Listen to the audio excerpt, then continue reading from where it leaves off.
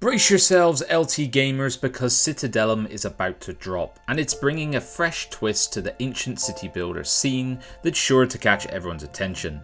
We got the launch date locked in for today, October 17th, and I'm really excited to dive into this one.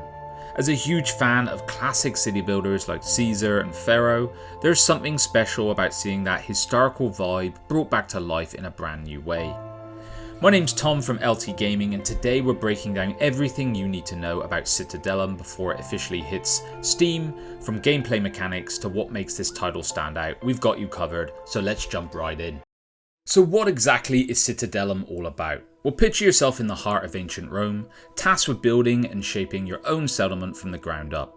And it's not just about placing a few buildings and calling it a day. You're going to gather resources, expand your city, explore distant lands, trade goods, and even command your legions. And of course, you can always throw in the added twist of earning the favour of the gods, or challenging them if you're feeling a little bit spicy. Now, if you're getting some serious nostalgia vibes for those classic city builders from back in the day, you're absolutely not alone here. Citadellum definitely draws inspiration from those old school gems, namely Pharaoh and Caesar, paying tribute to them visually while bringing a level of detail that fits right in with modern gaming. The visuals are clean and refined, and the ability to zoom in and explore each building adds a whole new layer of immersion for me anyway.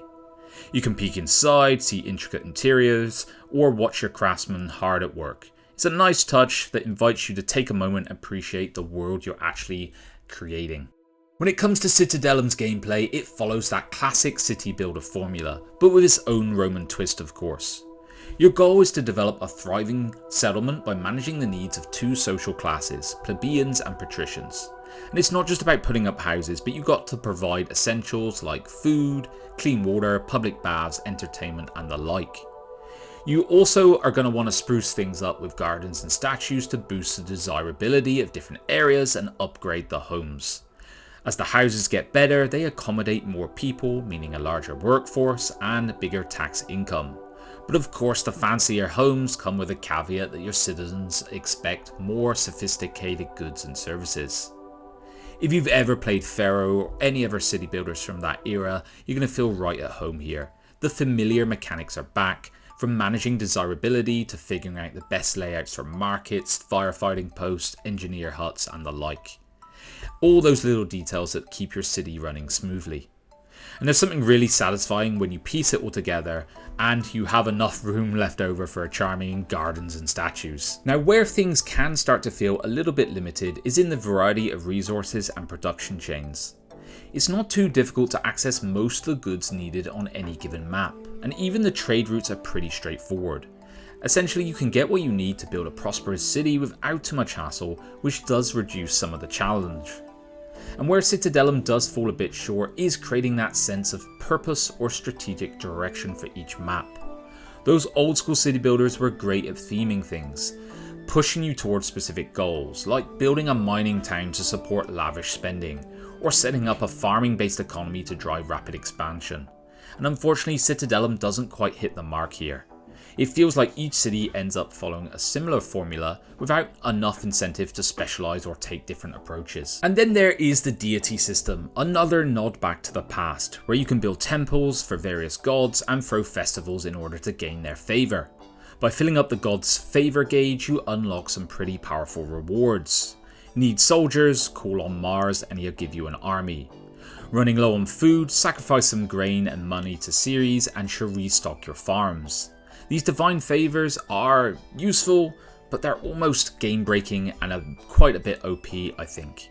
You can pretty much skip some weapon and armour productions by just letting Mars summon fully equipped troops, for example. If you neglect a god for too long, however, you face their wrath. Jupiter might unleash a storm that damages your buildings, and gods can create havoc in all manner of different ways. This does add a bit of pressure, but it can mean that every map feels a little bit samey and repetitive, and specialising your city isn't really an option because you get punished for ignoring any of the gods. Now let's talk about the combat side of Citadellum, as it's probably the weakest aspect for me. It adds a different layer to the gameplay overall. The game features this strategic map where you send out explorers to clear the fog of war and uncover new territories. Along the way, you discover trade partners, hostile forces, and even some artifacts that can be dedicated to the gods. You can mobilise your troops you've trained in your city and send them out as legions to confront enemies on this map as well. The battles play out in, I would say, a total war style formation. You line up your units, but then you let the AI take over and it resolves the conflict automatically. There's room for a little bit of strategy here since infantry, cavalry and archers follow a rock, paper, scissors dynamic, but it doesn't quite offer the depth or excitement you would hope for in such a combat system. The auto battles aren't going to blow anyone away. The whole combat aspect feels a little bit added on, and part of me thinks the game would have benefited just from a greater focus on the economic aspects of gameplay. However, I do understand it's ancient Rome, one of history's most famous and militaristic civilizations, so leaving out the military elements would have felt like it was missing a crucial part, but I feel like it could have been better implemented. Alright LT gamers, let's wrap this one up with my thoughts on Citadellum. Visually, the game really shines. The level of detail when you zoom in on your city is impressive, and it's a treat to see the little nuances of daily life unfold. It definitely captured the spirit and charm of the classic city builders like Pharaoh and Zeus and Caesar and the like, and it brought that iconic style into the modern era beautifully. However, the game does struggle a bit with variety, and it nails that nostalgic feel, but I feel like there's just not enough content to keep me hooked for the long haul. It's fantastic if you're looking to relive the glory days, but if you want more depth and fresh mechanics, it feels more on the solid side than spectacular. I really hope the devs continue to give Citadellum some love and add more content, because I think it's got massive potential. With a bit more variety and depth, it could truly stand out as something special. For now, it's a great pick for a burst of old school city building fun, but might not hold your attention in the long haul. So if you're after something with more layers, I would maybe check out some other city builders. Alright guys, thank you for tuning in. I've been Tom for LT Gaming, and I'll see you on the next one. Bye bye now.